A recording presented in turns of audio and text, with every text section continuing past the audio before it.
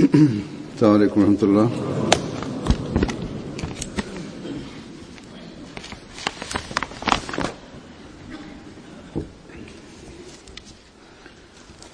أشهد أن لا إله إلا الله وحده لا شريك له وأشهد أن محمدا عبده ورسوله أما بعد فأعوذ بالله من الشيطان الرجيم بسم الله الرحمن الرحيم الحمد لله رب العالمين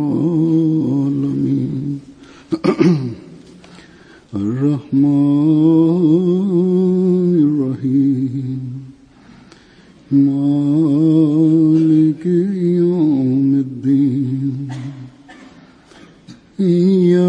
إياك نعبد وإياك نستعين اهدنا الصراط المستقيم صراط الذين أنعمت عليهم غير المغضوب عليهم ولا الضالين.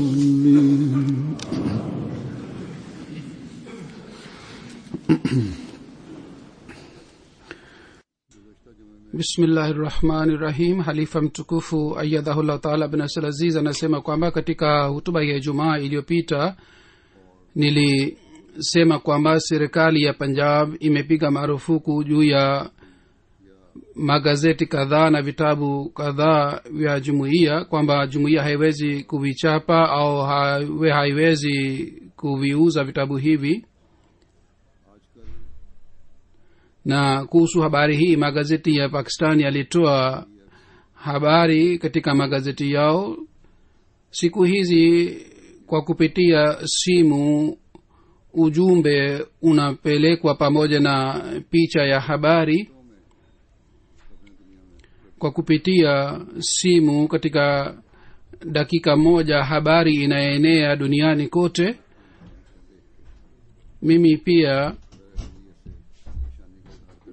watu wananiandikia barua au kwa kupitia fax wanaeleza wasiwasi yao.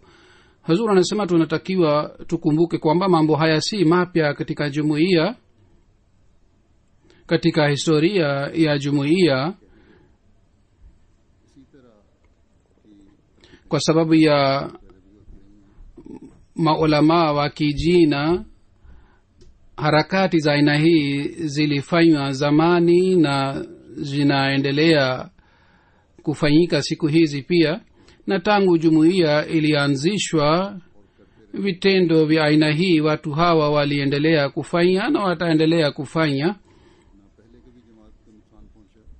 Kwa sababu ya vitendo vyao, jumuiya haikupata madhara zamani, wala jumuiya haitapata madhara wala hasara siku za usoni pia, wala hawawezi kufanya hivi. Wala hakuna mama ambaye aliyezaa mtoto wa aina hii ambaye anaweza kuzuia ujumbe wa Sayyidina alayhi salatu wasalam kwa sababu ya harakati za aina hii. Hawa maulama wa kijina na serikali inayotegemea maulama hawa, kwa kuona maendeleo ya jumuiya, wanataka udhuru ya kuonyesha husuda wao. Hawa wamekuwa kipofu katika husuda kiasi hiki kwamba mpazia imepatikana juu ya akili yao. Kwa kidhahiri ni watu wataalamu, lakini wanaonyesha hali yao zaidi kuliko wajinga au wajahili. Hawakufanya juhudi ya kujua kwamba waone kwamba mafundisho sahihi ya dini tukufu ya Islam na na shani ya mtume Muhammad sallallahu alaihi wasallam imeelezwa namna gani na Sayyidina Ahmad alayhi salatu wasalam katika vitabu vyake na katika vitabu vya jumuiya. Hayo yote yameelezwa vizuri kiasi gani. Waislamu ambao wanafanya uadilifu katika Waarabu na katika mataifa mengine pia, hawa waislamu wenye uadilifu wanaposoma na wanapojua kwamba uhakika ni nini baada ya kusoma vitabu vya jumuiya, wanashangaa sana kwamba hawa maulamaa wa kijina ambao wanajidai kwamba wameshika bendera ya dini tukufu ya Islam, namna gani kwa kutumia uongo na udanganyifu wamesema kinyume na mafundisho ya Sayyidina alayhi salatu wasalam na kinyume na vitabu vya Sayyidina alayhi salatu wasalam. Kwa kuona hali hii kwamba Sayyidina Ahmad alayhi salatu wasalam ameeleza namna gani heshima ya mtume Muhammad sallallahu alaihi wasallam na mafundisho sahihi ya dini tukufu ya Islam,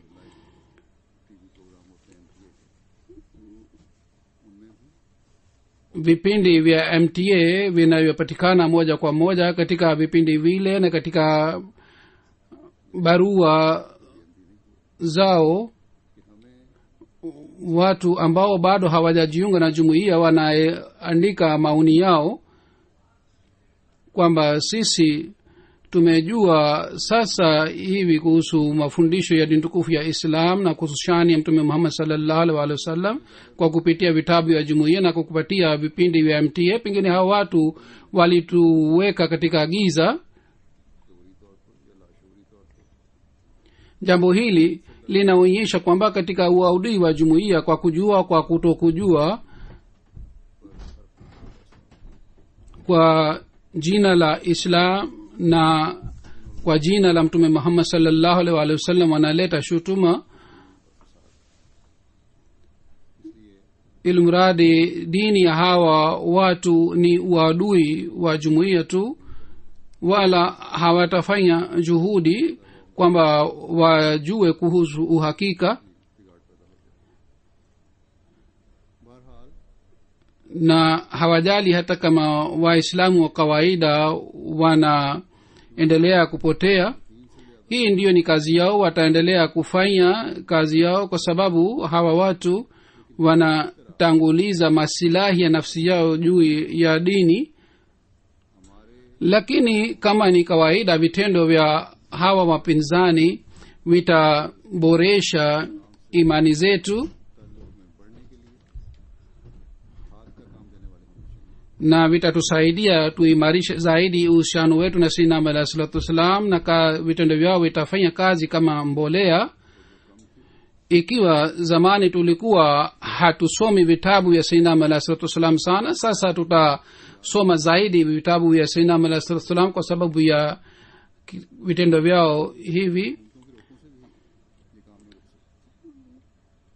Si swali la serikali ya Punjab, hata kama serikali ya dunia nzima inafanya juhudi ya kuzuia kazi ya jumuiya, haiwezi kuzuia, kwa sababu hii ni kazi ya Mwenyezi Mungu. Ni yeye Mwenyezi Mungu aliyemtuma Sayyidina alayhi salatu wasalam kwa kumpatia elimu na maarifa, na alimwahidi kwamba atapata ufaulu. Sisi tumeshuhudia daima dawamu kwamba vizuizi vilivyopatikana na upinzani uliopatikana dhidi ya jumuiya, maendeleo ya jumuiya yalipatikana zaidi kuliko zamani.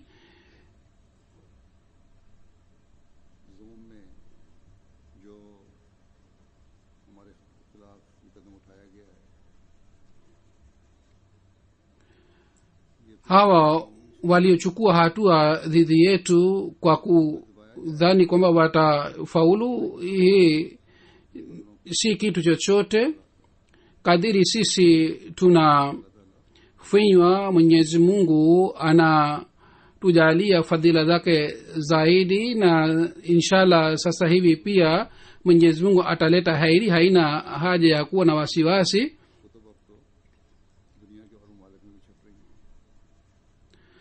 vile vile haina haja ya kuwa na wasiwasi, kwa sababu vitabu vya sayyidina alayhi salatu wassalam vinachapwa katika nchi mbalimbali za dunia, na katika website pia vitabu vinapatikana, na vile vile vitabu vya sayyidina alayhi salam vinapatikana katika sauti. Kulikuwa wakati ilipokuwa wasiwasi kwamba labda kwa sababu ya kupiga marufuku hasara itapatikana, lakini sasa hivi hazina hii ya maarifa inapatikana angani pia. Kwa sababu ya kubonyeza button moja, hazina hii inakuja mbele yetu. Jukumu letu ni kwamba sisi tupate faida kwa kupitia vitabu ya sayyidina alayhi salatu wassalam na kupitia elimu yake. Nimeona kwamba katika MTA tuongeze darsi ya vitabu vya sayyidina alayhi salatu wassalam zaidi kuliko zamani hivi, kwa sababu ya kanuni ya mkoa mmoja wa Pakistan. Wanajumuia wanaopatikana duniani kote wote watafaidika, kwa sababu kizuizi kinatuletea faida, na sisi tunazingatia zaidi kusoma vitabu. Na kwa sababu ya hii itakuwa hii pia kwamba vitabu vitachapwa katika lugha ya Kiurdu na dars itatolewa, bali vitabu vitachapwa katika lugha mbalimbali za dunia. Basi wale watu ambao wana wasiwasi mioyoni mwao, wao watoe wasiwasi yao. Kazi hii iliyofanywa dhidi ya vitabu vyetu, kwa sababu ya kazi yao hii kitu kimoja kimedhihirika wazi wazi, kwamba hawa watu wanaodai kwamba wanampenda mtume Muhammad sallallahu alaihi wasallam kushinda wengine wote, na wanaona kwamba wameshika bendera ya mafundisho ya dini tukufu ya Islam, na kwa sababu ya hii wanatupinga sisi wa Ahmadiyya. Hawa watu hawakusoma vitabu vya jumuiya kwa uadilifu, wala hawakufanya juhudi yake kwamba wasome.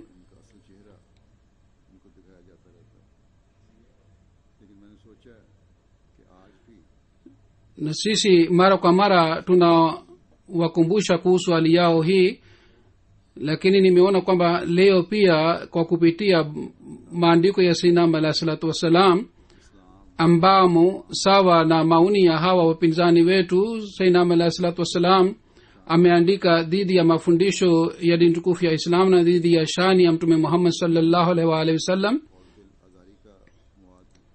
Au katika maandiko haya chuki imeelezwa, au mambo ya kuudhi watu wengine yameelezwa.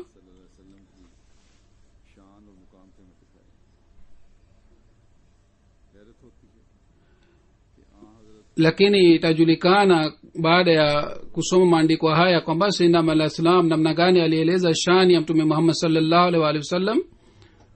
Na yule ambaye anadai kwamba anampenda mtume sallallahu alaihi wasallam, baada ya kusoma maandiko haya na baada ya kusikiliza maandiko haya, hawezi kufunga macho yake na masikio yake.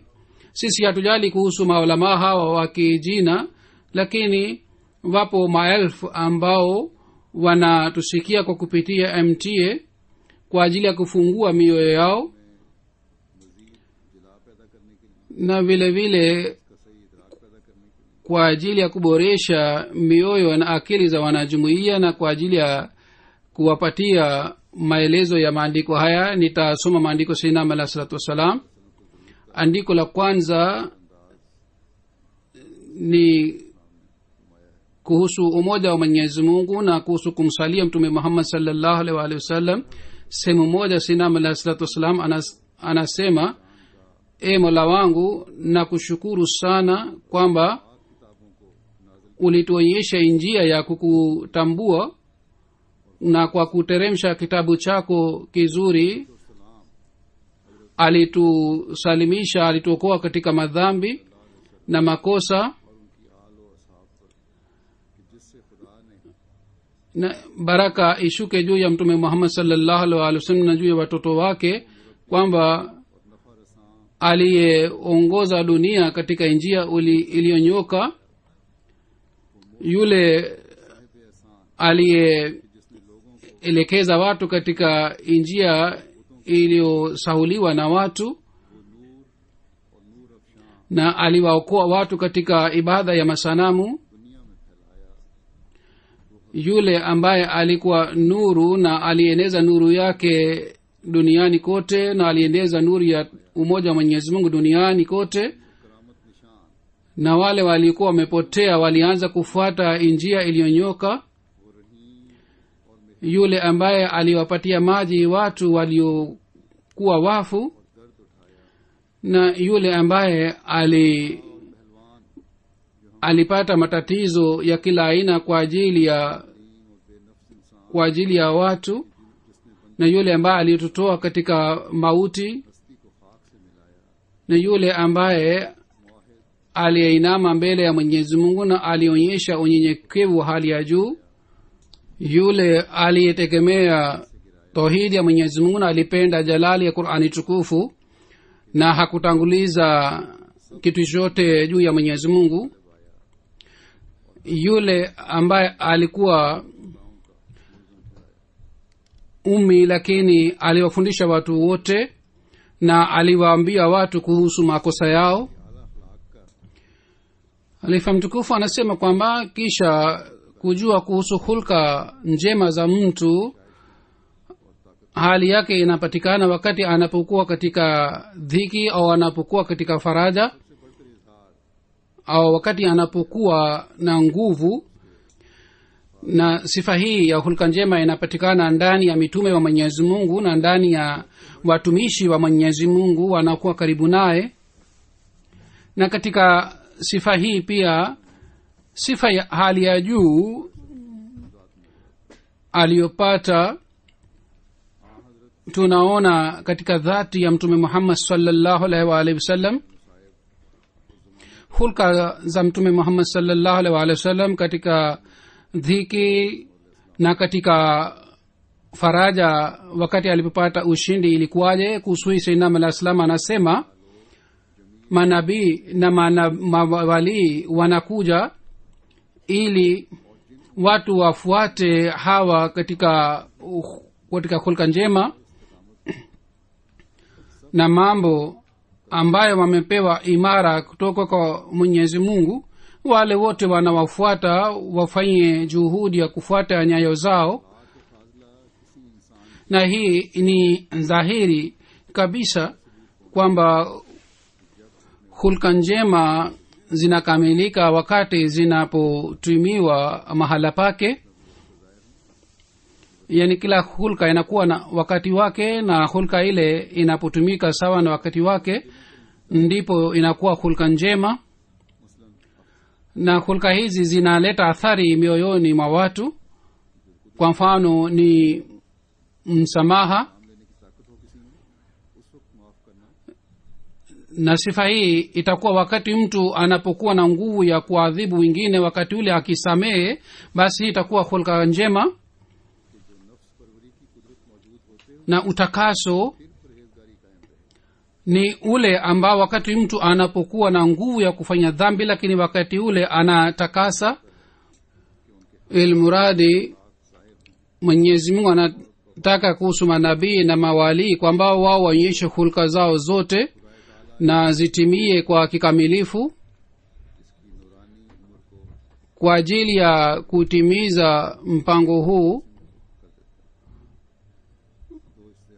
Mwenyezi Mungu anagawa umri wao wa kiroho katika sehemu mbili. Sehemu moja inakuwa katika dhiki na wao wanasumbuliwa kwa upande zote ili hulka zao njema zidhihirike, na hulka zile haziwezi kuonekana bila kupata shida. Ikiwa shida na dhiki haipatikani, itajulikanaje kwamba wale ni wale watu kwamba wakati wanapokuwa dhiki, wanapokuwa shida, hawarudi nyuma bali wanasoga mbele karibu na Mwenyezi Mungu na wanamshukuru Mwenyezi Mungu. kwamba mwenyezi mungu amewategemea na amewachagua kwa ajili ya hali ile kwamba wao wasumbuliwe katika njia ya mwenyezi mungu, basi mwenyezi mungu anateremsha dhiki juu yao ili kwa kudhihirisha subra yao na uimara wao juu ya watu na vile vile utii wao athibitishe kwamba al istiqamatu fawqul karama, yani hawa ni sifa za aina hizi, kwa sababu subra ya hali ya juu haiwezi kupatikana bila kuwa na dhiki ya hali ya juu na shida ya hali ya juu, na uimara pia hauwezi kupatikana bila mtetemeko mkubwa. Basi dhiki na shida hii ni neema kwa ajili ya manabii na mawalii. Kwa kupitia hali hii sifa zao zinajulikana, na katika akhira madaraja yao yanapandishwa. Ikiwa wasingepata usumbufu huu, wasingepata neema, wala watu wasingejua kuhusu sifa zao njema, bali wao pia sawa na watu wengine wangekuwa sawa na watu wa kawaida. Na katika hali hii wangeishi kwa starehe, wangeaga dunia siku moja kama watu wa kawaida, na katika hali hii wasingepata madaraja ya juu huko akhera, wala vile ushujaa yao na uimara wao na utii wao usingejulikana. Kwayo sifa zao zilijulikana, na kwa sababu ya hali yao hii wali kuwa na sifa za aina hizi ambazo wengine hawawezi kuwafikia, na kwa sababu ya hii wakawa ushujaa kiasi hiki kwamba kama simba maelfu wanaishi mioyoni mwao, na vile vile chui maelfu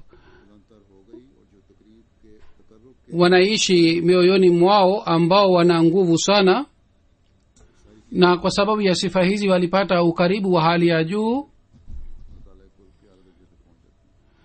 Hizi ni hulka zinazopatikana ndani ya hawa mawalii mpaka wanakuwa karibu na mwenyezi mungu.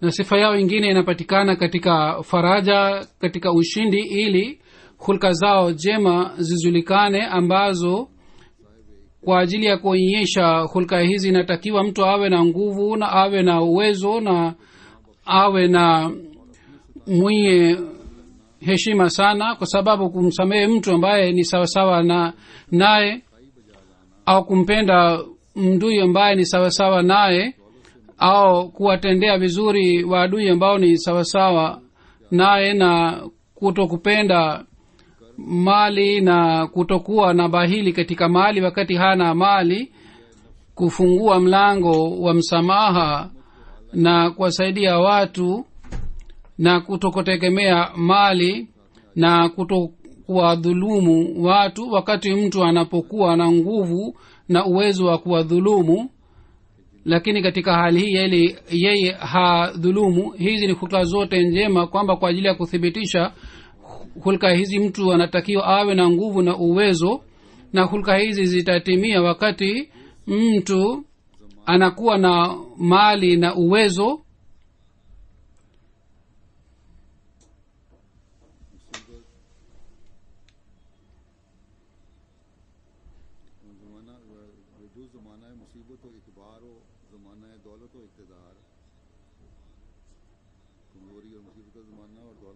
Ikiwa mtu hapati dhiki na faraja,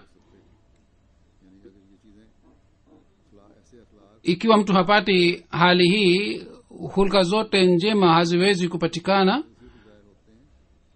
Yani hulka hizi zinapatikana wakati mtu anapoona wakati wa shida na usumbufu, na wakati mtu anapoona mali na anapokuwa na uwezo. Ndiyo maana mwenyezi mungu alitaka kwamba manabii na mawalii wapate hali za aina hizi zote mbili, lakini wote hawawezi kuwa na sawa katika hali hizi zote mbili, bali hekima ya Mwenyezi Mungu inaweka wakati wa faraja katika mwanzoni mwao, na kwa ajili ya wengine anaweka katika mwisho wao, na kwa ajili ya wengine wanakuwa na dhiki mwanzoni na hatimaye wanakuwa na faraja, na wengine wanakuwa hali ya aina hii inayofichika, na wengine hali hii inapatikana kwa kidhahiri sana.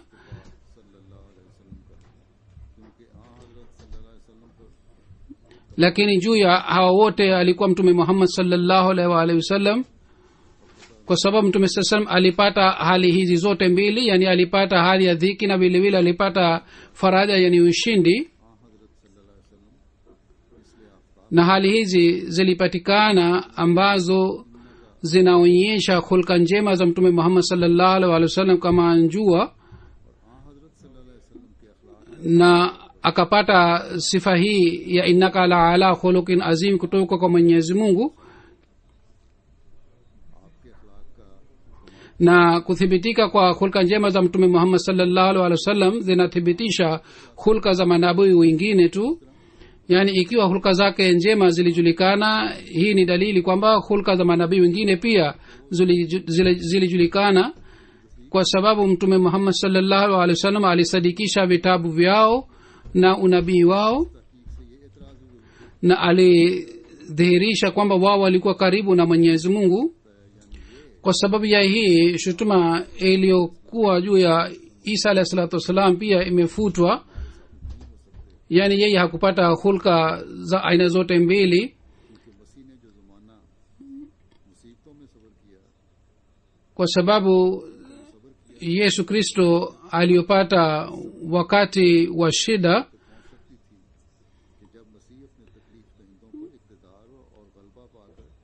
hulka inaweza kuwa njema wakati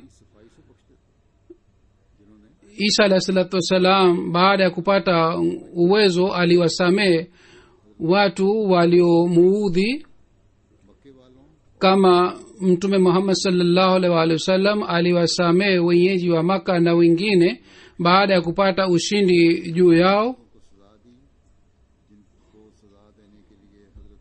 Aliwaadhibu wale wachache tu ambao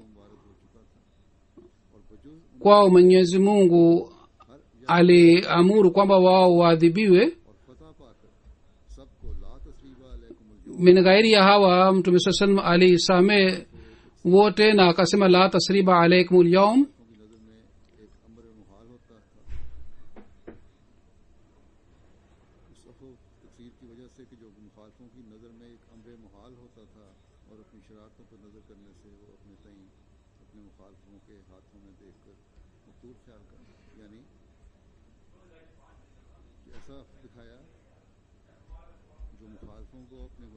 Yani Mtume sallallahu alaihi wasallam alionyesha msamaha wa aina hii kwamba maadui waliona kwamba hii hawezi kusamehewa, kwa sababu walipokuwa wakiona dhulma yao walidhani kwamba kwa sababu ya dhulma waliofanya watauawa, lakini Mtume Muhammad sallallahu alaihi wasallam aliwasamehe. Sayyidina alayhi salam anasema kwamba kwa sababu ya hii watu maelfu walisilimu mara moja.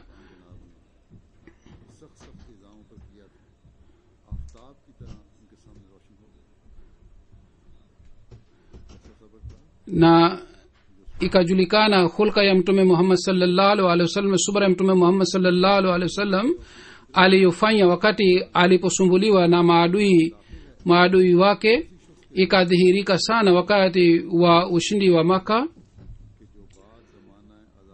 Subra ya mtu inajulikana wakati mtu anapopata uwezo na nguvu ya maadui wake, wakati ule anawasamehe ilhali anakuwa na uwezo wa kuadhibu. Kama Mtume Muhammad sallallahu alaihi wasallam alisumbuliwa kwa muda mrefu sana, lakini yule aliyesumbuliwa kwa muda mrefu yeye anapopata uwezo wa kuadhibu maadui wake akisamehe katika hali hii maadui wake, hii ndiyo ni subra ya kweli aliyoonyesha mtume Muhammad sallallahu alaihi wasallam. Amesema sayyidina alayhi salam kwa sababu ya hii hulka ya upole na msamaha wa Yesu Kristo hazikujulikana, kwa sababu haikujulikana kwamba alionyesha upole kwa sababu ya hiari yake, kwa sababu hakupata uwezo wa kuadhibu maadui wake na wapinzani wake. Kinyume na hii hulka za mtume Muhammad sallallahu alaihi wasallam zilikuwa za aina hii kwamba hali zote zilipatikana na hulka zake zilijulikana kama ni jua, na sifa zake upole na kutokutegemea dunia na kusamehe watu. hulka hizi zote pia zilipatikana ndani ya mtume Muhammad sallallahu alaihi wasallam, na zilidhihirika kiasi hiki kwamba si Yesu Kristo bali hakuna nabii yeyote kabla yake aliyekuwa na hulka za aina hizi, bali Mwenyezi Mungu alimfungulia mtume Muhammad sallallahu alaihi wasallam milango ya hazina za baraka, na mtume sallallahu alaihi wasallam alitumia hazina hii, lakini hakutumia hata shilingi moja juu ya starehe wake. yeye hakujenga ghorofa wala hakutumia mali juu ya nafsi yake, bali aliishi katika chumba kadogo na aliishi katika hali hii. Aliwatendea vizuri wale waliomuudhi, wale walioudhi mioyo yake aliwapatia starehe. Alikuwa mwenyewe alikuwa na chumba kadogo ambapo aliishi, na alikuwa akila chakula cha kawaida. Alipewa neema zote za dunia, lakini hakutumia juu ya nafsi yake, na alitanguliza hali ya maskini juu ya utajiri ya starehe mpaka aliaga dunia hii.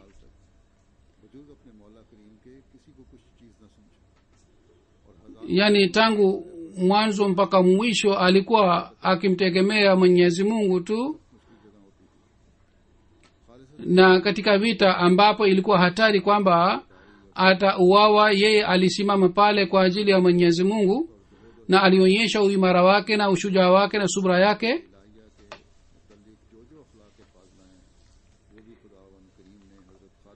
Na hulka zote zinazoweza kupatikana kuhusu sifa hizi Mwenyezi Mungu alidhihirisha ndani ya mtume Muhammad sallallahu alaihi wasallam kiasi hiki kwamba mfano wake haupatikani wala hautapatikana. Anasema Sayyidina alayhi salatu wasalam kwamba Mwenyezi Mungu alikamilisha wahi na sheria yake katika maneno haya kwamba sifa zote zinapatikana ndani ya mtume Muhammad sallallahu alaihi wasallam, na wahadha fadhlullah yutihi man yasha. Kisha Sayyidina alayhi salatu wasalam kwa kumjibu swali la Mkristo mmoja aliyeuliza alisema kwamba nuru na mwanga ni mtume Muhammad sallallahu alaihi wasallam. Swali aliyouliza Mkristo ni hii kwamba Yesu Kristo kuhusu nafsi yake amesema maneno haya kwamba njoni kwangu wale waliochoka, kwa sababu nitawapatieni starehe, na mimi ni mwanga na nuru, mimi ni uhai na utakaso.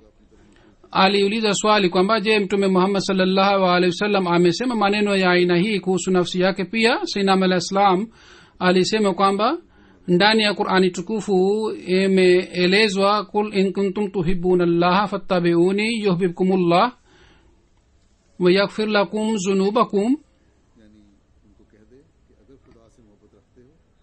yani uwaambie watu kwamba ikiwa nyinyi mnampenda Mwenyezi Mungu niitini, ili Mwenyezi Mungu pia awapende na asamehe dhambi zenu.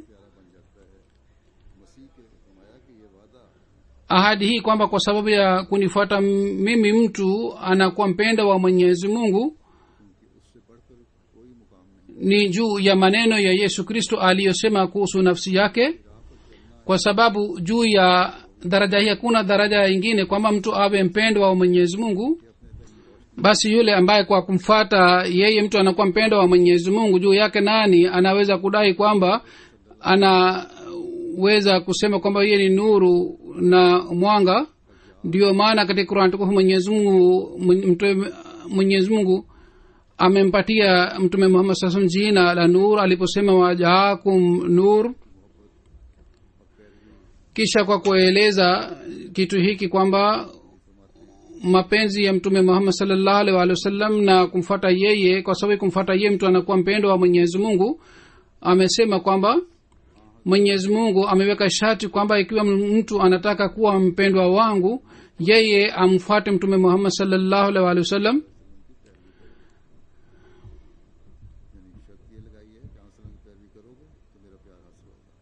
Yani ameweka sharti hii kwamba mkimfuata mtume Muhammad sallallahu alaihi wasallam mtapata mapenzi yangu. Amesema mimi mwenyewe nina uzoefu kwamba kumfuata mtume sallallahu alaihi wasallam kwa nia safi, matokeo yake ni kwamba mtu anakuwa mpendwa wa Mwenyezi Mungu, na kwa sababu ya hii mtu anapata mapenzi ya Mwenyezi Mungu moyoni mwake na anamwelekea Mwenyezi Mungu, na shauku yake inakuwa katika Mwenyezi Mungu. Katika hali hii anapata mapenzi kutoka kwa Mwenyezi Mungu. Kwa kuona hali hii mtu anavutika na Mwenyezi Mungu anamsaidia katika hali zote. Kisha kwa kueleza hii kwamba mtume Muhammad sallallahu alaihi wasallam alikuwa mtu mkamilifu na nabii mkamilifu, alisema yule ambaye kwa dhati yake, kwa vitendo vyake, kwa sifa zake alionyesha mfano mwema, kwa elimu yake na kwa amali zake aliitwa mtu mkamilifu, na alikuwa nabii mkamilifu. Alikuja kwa baraka zote, na kwa sababu ya kuja kwake dunia ilihuishwa. Alikuwa nabii wetu mtume Muhammad sallallahu alaihi wasallam alikuwa khatamun nabiyyin, khatamul mursalin. Mola wangu umteremshie nabii mpendwa rehema ambayo hukuteremsha juu ya mtu mwingine yoyote. Asingekuja nabii huyo, manabii wote waliokuja kama Yunus, Yesu Kristo, Malaki na Yahya na Zakaria, ukweli wao usingethibitika ikiwa mtume Muhammad sallallahu alaihi wasallam asingekuja. Ingawa hao wote walikuwa wapendwa wa Mwenyezi Mungu na walikuwa na heshima, lakini hii ni ihsani ya mtume Muhammad sallallahu alaihi wasallam kwamba hawa pia walijulikana kwamba ni walikuwa manabii wa kweli. Allahumma salli wa sallim wa barik alaihi wa alihi wa sahbihi ajmain. Kisha kwa kueleza baadhi ya ihsani za mtume Muhammad sallallahu alaihi wasallam, sayyidina alayhi salatu wasalam anasema kwamba Mwenyezi Mungu alituma nabii kwa ajili yetu ambaye ni karim na ana sifa njema, na yeye alipita mbele katika sifa kuliko wengine wote. Alikuwa khatama manabii wote. Nabii huyu aliyeahidiwa ni mtume Muhammad sallallahu alaihi wasallam, kwa sababu wale waliopata baraka kutoka kwake wanaendelea kumsifu, na yeye anatakiwa asifiwe kwa sababu ya hii pia kwamba yeye alipata usumbufu wa kila aina na aliimarisha nyumba ya dini na alituletea kitabu kizuri, na kwa ajili ya kufikisha ujumbe wa Mwenyezi Mungu alipata usumbufu wa aina mbalimbali, na kasoro ilipatikana katika vitabu vingine. Mtume Muhammad sallallahu alaihi wasallam alikamilisha na alitupatia sheria kamili na alitimiza hulka njema, na aliwafanya ihsani watu wote kwa kupata ufunuo alituonyesha njia ya mwongozo na aliwaokoa watu katika upotevu na kwa kuonyesha mfano wake aliwasalimisha watu na wale watu walikuwa wakiishi kama wanyama walikuwa wajinga aliboresha hulka zao na aliwapatia mwongozo na aliwafanya warithi wa manabii aliwatakasa kiasi hiki kwamba wakawa marafiki wa Mwenyezi Mungu na walimwaga damu yao katika ridhaa ya Mwenyezi Mungu kama maji. Kisha upande mwingine Mtume sallallahu alaihi wasallam kwa kupatia mafundisho ya kimaarifa alitupatia nafasi ya kupata fadhila za Mwenyezi Mungu. Kwa sababu ya mwongozo wake tumeona njia za kumfikia Mwenyezi Mungu na sisi tukafika mbinguni kwa sababu yake yeye. Baada ya hali hii kwamba tulizama ardhini, Mola wangu mpaka siku ya mwisho umsalimie umrehemu Mtume Muhammad sallallahu alaihi wasallam na warehemu watoto wake na masahaba zake ambao walikuwa wasaidizi wa Mtume Muhammad sallallahu alaihi wasallam waliokuwa jumuiya ya Mwenyezi Mungu iliyochaguliwa. Walitanguliza mali zao na nafsi zao juu ya ridhaa ya Mwenyezi Mungu. Kisha kwa kueleza baraka ya khatma nubuwa ya Mtume Muhammad sallallahu alaihi wasallam anasema sayyidina alayhi salatu wasallam kwamba sisi tuna imani kwamba Mtume Muhammad sallallahu alaihi wasallam ni nabii na mtume wa Mwenyezi Mungu na dini yake ni bora ya dini zote, na tuna imani kamili kwamba Mtume Muhammad sallallahu alaihi wasallam ni khatamul anbiya. Baada yake anaweza kuwa nabii yule tu ambaye aliyepata malezi kutoka kwa kumpitia yeye na amekuta sawa na sheria yake. Bila hii hakuna nabii anayeweza kuja.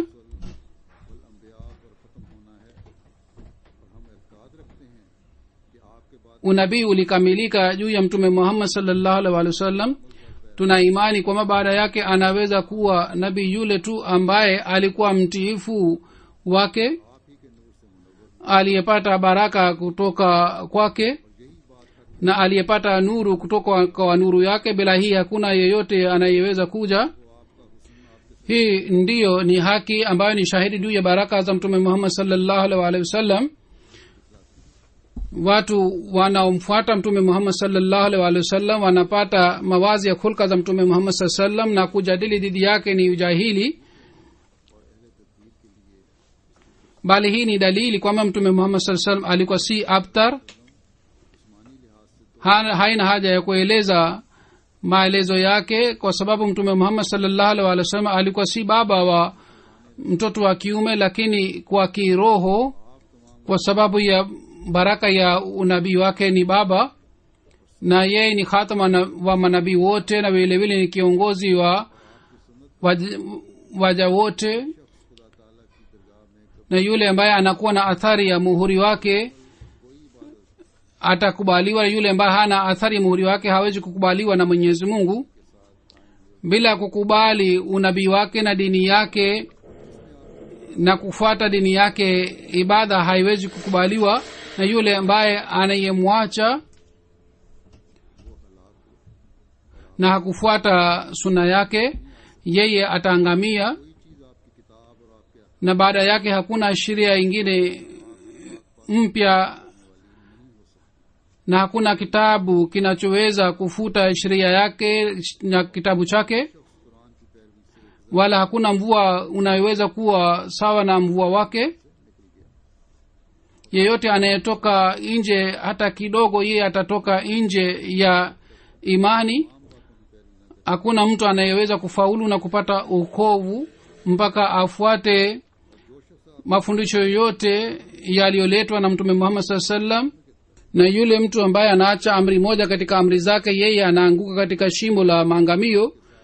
Na yule mtu ambaye kwa kuwa katika umma wake hana itikadi hii kwamba yeye alipata malezi kutoka kwa kupitia baraka ya mtume Muhammad sallallahu alaihi wasallam, na bila mfano wa mtume Muhammad sallallahu alaihi wasallam yeye hana si kitu chochote. Basi mtu wa aina hii ni mkafiri na ataangamia. Yule mtu ambaye anadai kuwa nabii lakini hana itikadi hii kwamba ni katika umma wa mtume Muhammad sallallahu alaihi wasallam, na yoyote alipata kwa kupitia baraka na fadhila za mtume Muhammad sallallahu alaihi wasallam, na yeye ni kivuli chake, basi huyo mtu ni yule aliyelaaniwa, na itakuwa laana ya Mwenyezi Mungu juu yake na wafuasi wake. Sawa na imani yetu chini ya bingu, hakuna mtu yeyote ambaye si katika umma wake hawezi kuwa nabii, wala hakuna kitabu kingine min ghairi ya Qur'ani tukufu, na yule ambaye anaenda kinyume na hii anajitia motoni. Anasema Sayyidina alayhi salatu wasalam kwamba Shafii ni mtume Muhammad sallallahu alaihi wasallam. Amesema kwamba kwa ajili ya wanadamu hakuna kitabu kingine isipokuwa Qur'ani tukufu, na kwa ajili ya wanadamu hakuna nabii mwingine yeyote, Shafii mwingine isipokuwa mtume Muhammad sallallahu alaihi wasallam. Basi mufanye juhudi ya kuwa na mapenzi ya hali ya juu na nabii huyo, na usimtangulize mtu yeyote juu yake, ili mupate okovu huko mbinguni. Na kumbukeni kwamba okovu huu si ule utakaopatikana baada ya kufa, bali okovu ni ule unaoonyesha nuru yake katika dunia hii. Ni nani aliyekoka? Ni yule ambaye anakuwa na yakini kwamba Mwenyezi Mungu ni mkweli, na mtume Muhammad sallallahu alaihi wasallam kati yake na kati ya viumbe vyake ni Shafii. Yani Mwenyezi Mungu ni mkweli na mtume Muhammad sallallahu alaihi wasallam ni Shafii katikati ya Mwenyezi Mungu na viumbe vyake. Sasa hakuna nabii ambaye anaweza kuwa na sawa na mtume Muhammad sallallahu alaihi wasallam, wala hakuna kitabu kinachoweza kuwa sawa na Qur'an tukufu. Kwa ajili ya mtu mwingine Mwenyezi Mungu hakutaka kwamba abaki hai, lakini nabii huyu ni hai.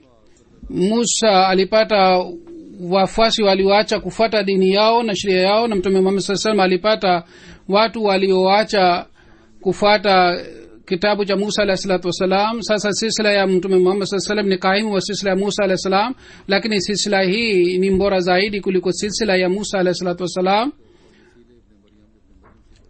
Silsila hii ina shani kubwa zaidi kuliko silsila ya Musa alayhi salatu wasalam. Halifa mtukufu anasema kwamba haya ni maandiko ya Sayyidina alayhi salatu wasalam niliyoeleza mbele yenu. Katika maandiko haya Sayyidina alayhi salatu wasalam alieleza kuhusu shani ya mtume Muhammad sallallahu alaihi wasallam. Vile vile ameeleza kuhusu maelezo ya dini tukufu ya Islam. Mwenyezi Mungu atujalie tuweze kupata baraka kutoka katika maandiko haya, na Mwenyezi Mungu awajalie akili hawa maulama wa kijina kwamba waweze kusikia maneno ya Sayyidina alayhi salatu wasalam na waweze kuongoka. Baada ya swala nitaswalisha jeneza mbili ghaibu. Jeneza ya kwanza ni ya bana Muhammad Musa Darwesh wa Qadian. Tarehe 10 wa Mai 2015 alifariki katika umri wa miaka 95. Inna lillahi wa inna ilaihi rajiun. Mpaka mwisho wa uhai wake aliendelea kutembelea. Siku 4 kabla ya kufariki kwake alipata ajali barabarani na alipata majeraha katika kichwa. Alilazwa hospitalini siku 4 kisha alifariki. Marehemu alikuwa Musi. Familia yake ilijiunga na jumuiya wakati wa halifa wa kwanza. Marehemu alikuwa mwenyeji wa Sayyid wala wa Sheikhpura. 1946 akakuacha kazi katika wanajeshi, alienda Qadian. Hazrat Muslimud alimuuliza unafanya kazi gani? Yeye akasema kwamba mimi nimeacha kazi ya wanajeshi, sasa nataka kufanya kazi nyingine. Hazrat Muslimud akasema kwamba jumuiya inahitaji huduma zako,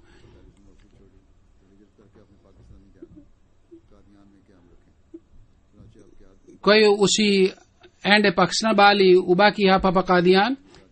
Kwa hiyo aliendelea kukaa kule Qadian. Kwa hiyo akawa miongoni mwa masahaba 313 na aliishi vizuri kule Qadian katika maisha yake yote. na alitoa huduma zake katika ofisi za jumuiya hususan katika Darul Masih. 2006 alipata bahati ya kushiriki katika mkutano wa mwaka wa Uingereza kwa kuwa mwakilishi wa Darwesh, na katika bayet ya kitaifa pia alikaa mbele kwa kuwa mwakilishi wa madarwesh wa Qadian. Ameacha mabinti wawili na watoto wa kiume watatu. Mtoto wake mmoja Latif Saheb amestaafu katika huduma ya jumuiya.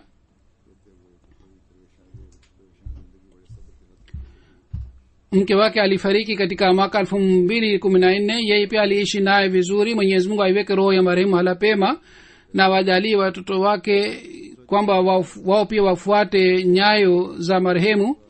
Jeneza ya pili ni ya Bi Sayyida Amtu Rafiq Sahiba aliyekuwa binti wa Amir Muhammad Ismail Sahib radhiyallahu ta'ala anhu. Tarehe 6 wa Mai 2015 katika umri wa miaka 80 amefariki. Inna lillahi wa inna ilaihi rajiun. Amir Muhammad Ismail Sahib alioa wake wawili. Katika mke wa kwanza alikuwa hana watoto. Katika mke wa pili Bi Amatul Hafiz Begum Sahiba alipata mabinti 7 na watoto wa kiume watatu. Samzadi Amatul Rafiq alikuwa mtoto wa 8.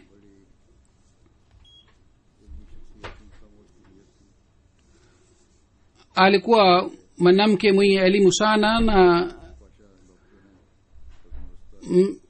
mtoto wake mmoja Hamidullah Nusrat Pasha ni daktari katika hospitali. Yeye anaandika kwamba baba yangu 1953 wakati alipokuwa Marekani kwa ajili ya masomo alijiunga na jumuiya.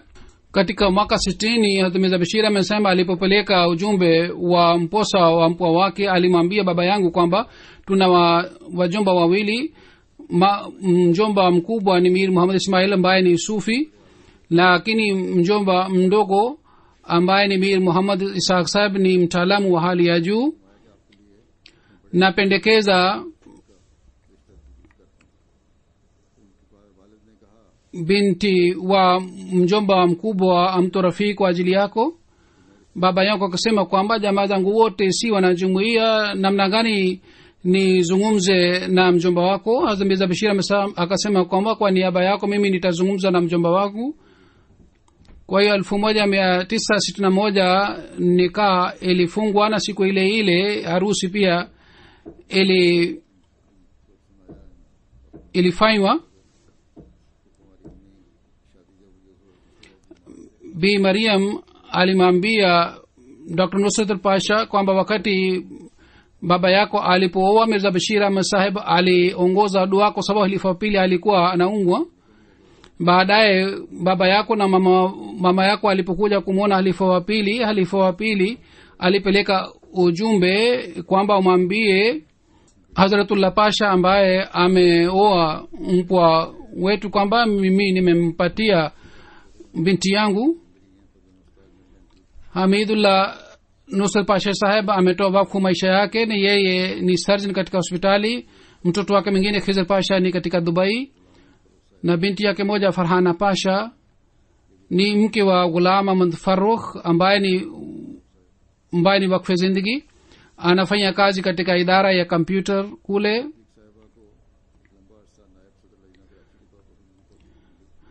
Amtu Rafiq Sahib aliwahi kuwa naib sadr lajna wa Karachi kwa muda mrefu. Licha ya kuwa na maradhi ya magoti alikuwa akienda katika ofisi mbalimbali, na kwa sababu ya hii maradhi yake ilizidi, lakini hakuacha majukumu yake. Alikuwa akiwaangalia sana watu maskini na alikuwa akiwasaidia bila kumwambia mtu yeyote. Alikuwa akipenda uhalifa kiasi hiki kwamba alikuwa hapendi mtu azungumze dhidi ya uhalifa. 1974 wakati upinzani ulipoenea, wakati ule wageni kadhaa walikuja nyumbani kwake. Mgeni mmoja akasema kwamba halifa wa 3 bungeni alitakiwa angesema hivi si hivi, lakini yeye akamwashiria kwa kidole chake kwamba usiseme zaidi ya hii, mimi sitaki kusikia neno lingine. Alikuwa akitii sana uhalifa.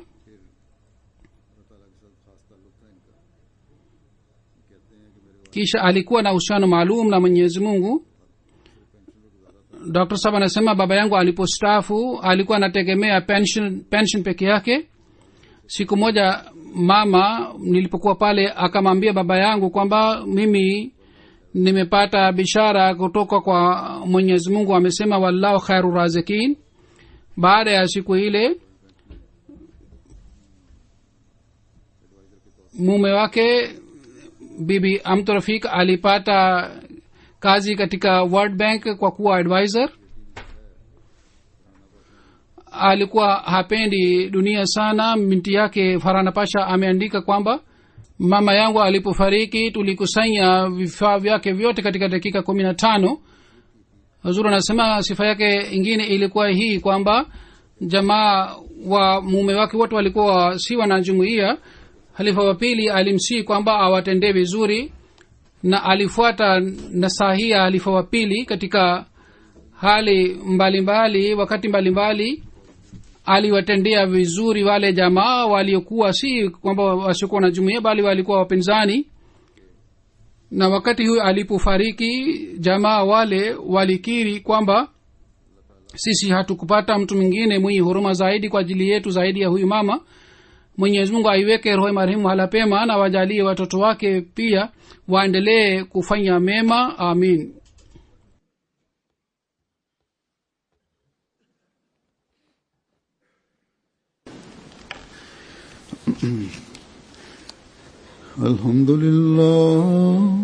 Alhamdulillah nahmaduhu wa nasta'inuhu wa nastaghfiruhu wa nu'minu bihi wa natawakkalu alayhi wa na'udhu billahi min shururi anfusina wa min sayyiati a'malina.